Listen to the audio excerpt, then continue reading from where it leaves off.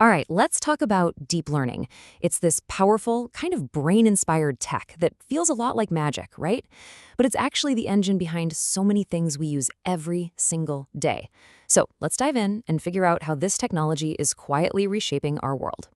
And just so you know where all this great info is coming from, this entire explainer is pulled from Chapter 4 of the Introduction to Artificial Intelligence tutorial, which is by Virtualization Options LLC. I mean, have you ever really stopped to wonder how your phone can recognize your face, like, instantly? Or how a virtual assistant just gets what you're saying? The answer to both those questions is the same. And honestly, it's pretty wild. Well, the secret sauce is a technology that's literally inspired by biology. It's modeled after the most complex computer we know of. Yep, the human brain. And that technology is called deep learning. Now, it's a super specialized, really powerful part of machine learning, and it works using something called artificial neural networks.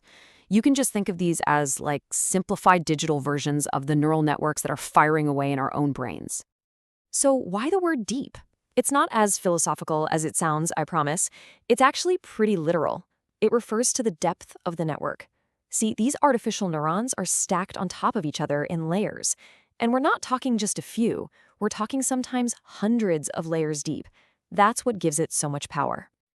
Okay, so here's something that trips people up all the time. Think of it like this. All deep learning is machine learning, but not all machine learning is deep learning. Machine learning is the big umbrella. It's any AI that learns from data.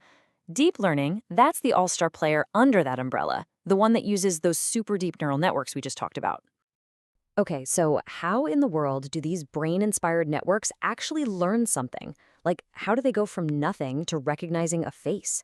Let's pop the hood and see what's going on inside. All right, it basically happens in 3 steps. Step 1, you've got the input layer. This is where the raw data comes in. Think of it as every single pixel in a picture of a car. Then, that data flows through all those deep, hidden layers. The first layer might only see simple things, like lines and edges. The next layer takes those lines and builds simple shapes, like a circle for a wheel. The layer after that combines those shapes into, say, a door or a window. It keeps building on itself, getting more and more complex until, bam, the final output layer spits out the answer. That's a car. It's all about building up complexity, one layer at a time. But how does it learn to do that? Well, that happens during a process called training. You basically show the network millions of pictures of cars, and every time it gets one wrong, it goes back and adjusts the connections between its neurons just a tiny bit. It does this over and over and over again, fine-tuning itself until it gets really, really accurate. It's kind of like practicing flashcards, but on a mind-boggling scale. So you might be thinking, if this idea isn't brand new, why is it such a huge deal right now? Well, it's basically a perfect storm of 3 things coming together. First, data. We have unimaginable amounts of data now, thanks to the internet. Second, power. We have these super powerful computers, especially graphics processors, that can handle all the number crunching. And third, we've just gotten way, way better at the training techniques themselves. Okay, enough with the theory. Let's get to the fun part. Where is this stuff actually showing up in the real world? This is where you really see the superpowers that deep learning has unlocked for us.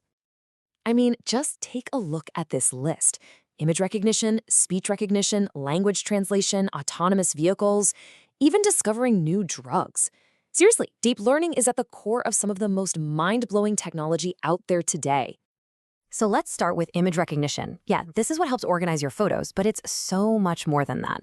The very same technology is being used in hospitals right now to help doctors find signs of disease in X-rays and MRI scans, sometimes even better than a human can. It's a huge deal.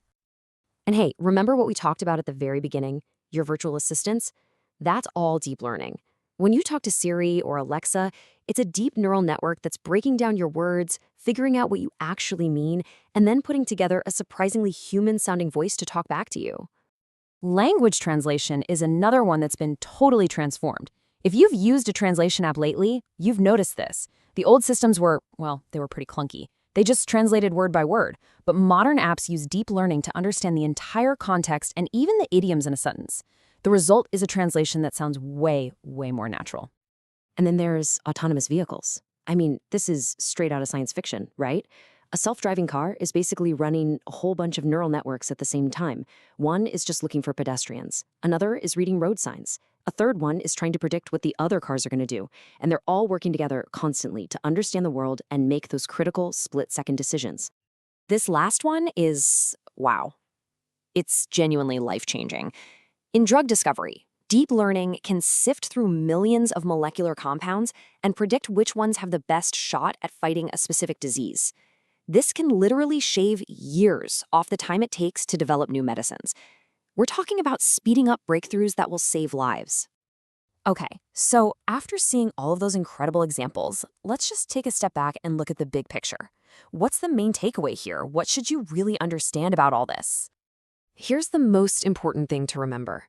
It's not magic, and it doesn't think the way we do. At its core, deep learning is a really, really powerful tool that is just unbelievably good at one thing: finding patterns in massive, complex sets of data. That's its superpower. But like any tool, it's not perfect. It has some pretty big limitations. For one, it needs a ton of data and computing power. It's hungry. Also, it can be a bit of a black box. It might give you the right answer, but it can't always explain how it got there. And finally, it can be a little fragile. If you show it something totally new or weird that it wasn't trained on, it can get confused and make mistakes. And that really brings us to the big final question. We have this brain-inspired AI that's getting better and better at learning from the world. So the real question isn't just about the cool stuff it can do today, it's about what completely new possibilities it's going to unlock for all of us next.